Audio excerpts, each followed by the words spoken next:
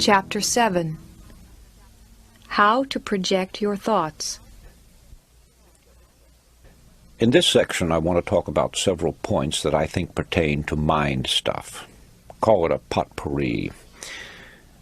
We seldom realize how much our emotional vibrations affect others and how much we're affected by theirs. An extremely nervous person in a position of authority can put nearly every person associated with him into a nervous state.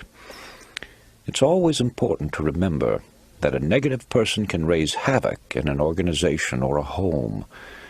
The same amount of damage can be done by a strong negative personality as good can be done by a positive one. When the two are pitted together against one another, the negative frequently becomes the more powerful. To get a better understanding of the effect of these suggestive vibrations, you need only to read your varying feelings when entering different offices or homes.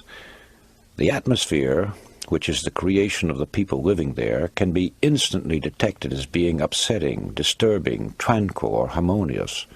The vibrations set up by others affect us much more than we realize. We take on the characteristics of those with whom we are more or less constantly associated. If you want to remain a positive type, avoid associating too much with anyone who has a negative or pessimistic personality. This brings me to another point. A person who desires riches must go where the riches are. Alone on a desert island, a man would probably have a tough time eking out a living, to say nothing of trying to amass a fortune. So it is in everyday pursuits. Therefore, if you want money, you have to associate yourself with people who have it or who know how to make it. This may sound rather gross, but the truth is that if it's money you're after, you must go where it is and where it is being spent. Also, you must become personally acquainted with those who have the authority to spend it. If you're a salesman selling advertising, and you know the head of the firm is the man with the final say, it's a waste of time trying to convince minor clerks and junior executives. The same holds true if you're trying to sell other commodities, or what is more important, trying to sell yourself. And finally, the right mental attitude.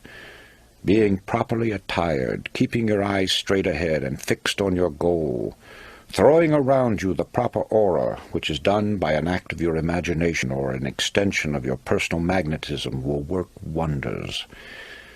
Theos Bernard, in his Penthouse of the Gods, learned this when he was cornered and stoned by a crowd of natives in Tibet.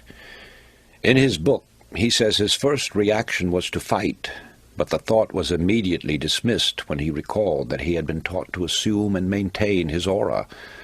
Thus he straightened his shoulders, lifted high his head, directed his eyes straight ahead, and moved forward with a firm and rapid stride.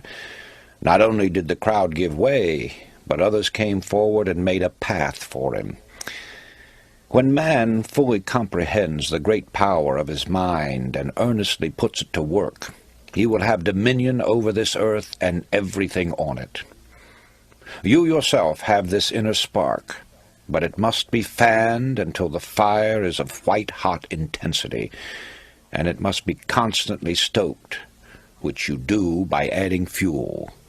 Ideas, more ideas, and action.